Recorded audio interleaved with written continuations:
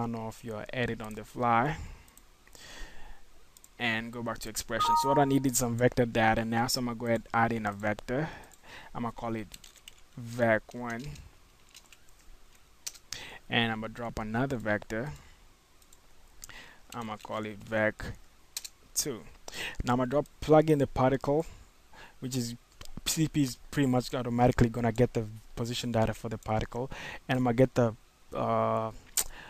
vector from the point 3, which is actually just 0 0. You can use a node. You can just use a node and put a point on the scene, inside the scene, and actually get the point position from that and plug that in over here. But you don't want to be clumsy inside the scene. So for the vector, I'm gonna go ahead and pull up my help one more time. Sorry guys.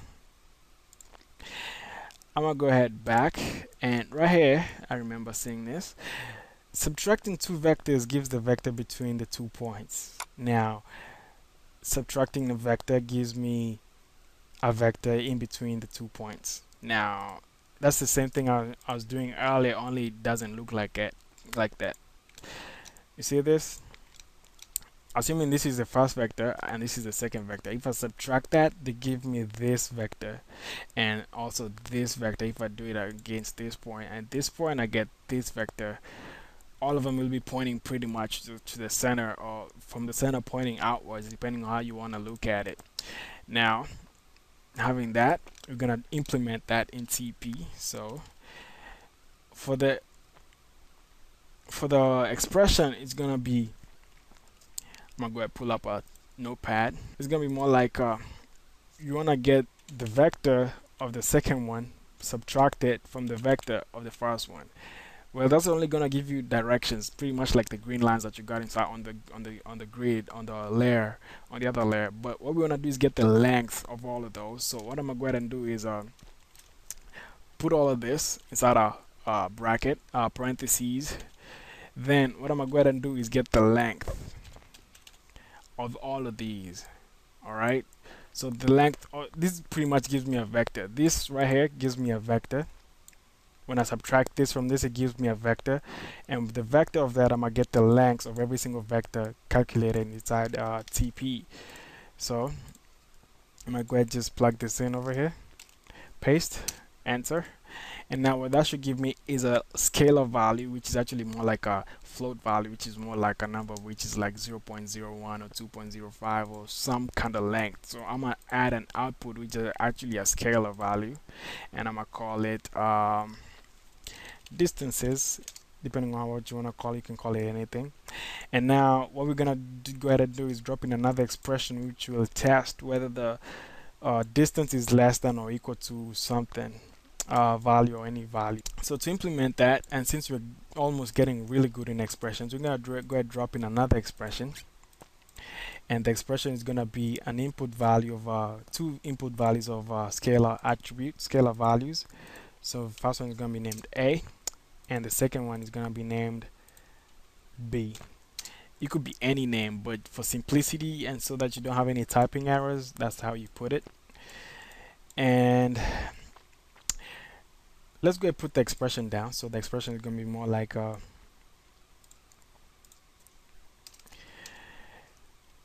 if A is less than B.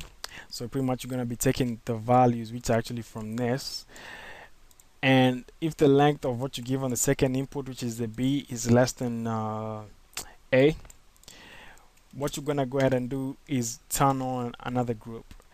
If not, you're gonna turn it off. All right, so it's gonna be, if A is less than B, take the particles to another group. If not, just don't take it to another group. Okay, so we're gonna copy this, go back to TP and paste the expression, and now we're gonna add an output which should be a scalar, obviously, and it's gonna be called on or off. You can name it anything that you want, pretty much. And now that you got that set up, we're gonna drop in a group. So under operators, you can get a group. So pretty much you're gonna, all the values, particles that are gonna evaluate as true from the expression over here, you're gonna turn them you're gonna pretty much give them a new group in our case, which is gonna be the laola wave group. So I'm gonna go ahead and plug that in over here, and now we need a attribute to plug in over here. Now if you want to debug this on screen or however you want to call it, you can drop in a param block.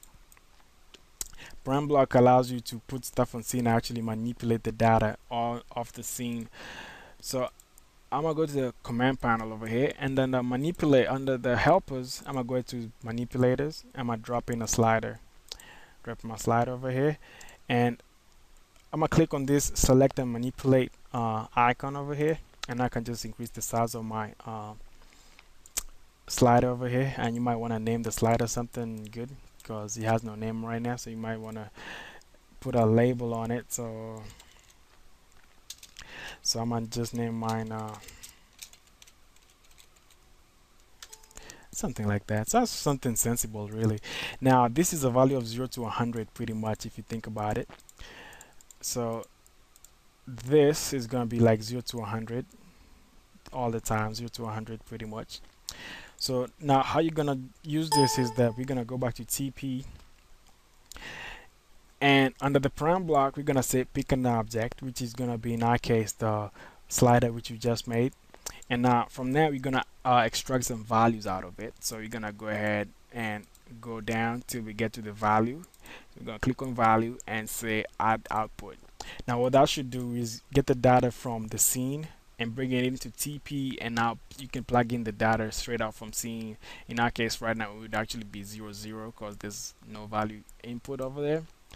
And now that should be going to our second group. I'm gonna change the color for the laola group to red in our case, so that way it pops up and we can actually know whether we get another group or not.